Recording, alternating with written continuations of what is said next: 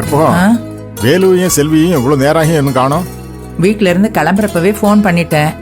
ஹோட்டல்ல இருந்து கிளம்பிட்டாங்களாம். இதோ இப்ப வர நேரம் தான், வந்துருவாங்க. சரி சரி.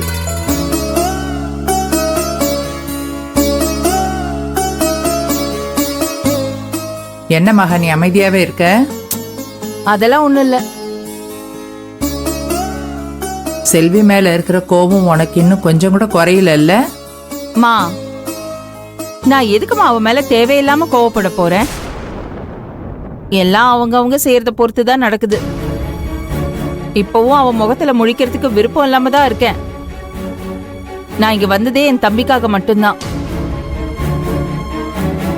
ஆனா ஒண்ணு, அதுக்காக வேலு மேல கோபம் இல்லாமலாம் இல்ல, அவன் மேலயும் இருக்கு.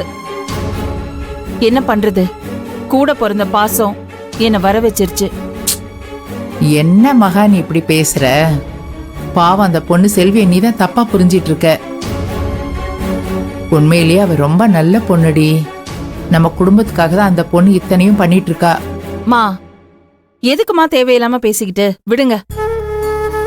எப்படி இருந்தாலும் நீங்க செல்விக்கு தான் சப்போர்ட் பண்ணுவீங்க. இப்ப கூட பாருங்க, நாம இங்க வந்து காத்துட்டு இருக்கோம். விரதம் இருக்கிறவ அவ இன்னும் ஆளை காணோம். விடுங்கம்மா, எதுக்கு பேசிக்கிட்டு?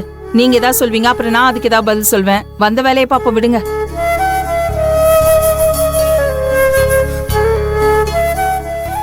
கற்பகம், 2 பேரும் வராங்க பாரு. வேலு அங்க இருக்காங்க.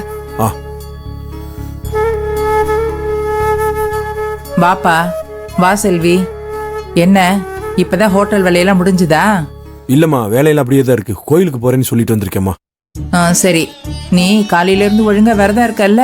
ஆமாத்த, நீங்க சொன்னபடி காலையில இருந்து சரி. விரதம் இருக்கேன். சரி வேலு, போய் பூசாரிட்ட சொல்லி அம்பாளுக்கு அர்ச்சனை பண்ணி ஒரு பூஜை பண்ணிடுவோம். வாங்க போலாம். இந்த அதை வச்சுக்க. கொடுங்க. மெல்ல. இந்தா. எடுத்துக்க வாக்கா. பை எடுத்துட்டு வாங்கம்மா.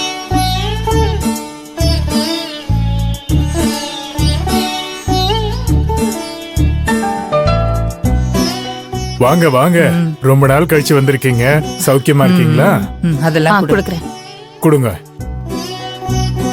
என்னது, என்னம்மா அர்ச்சனை தட்டுல மாங்கல்யம் இருக்கு? ஆமாங்க ஐயா, நேத்து ராத்திரி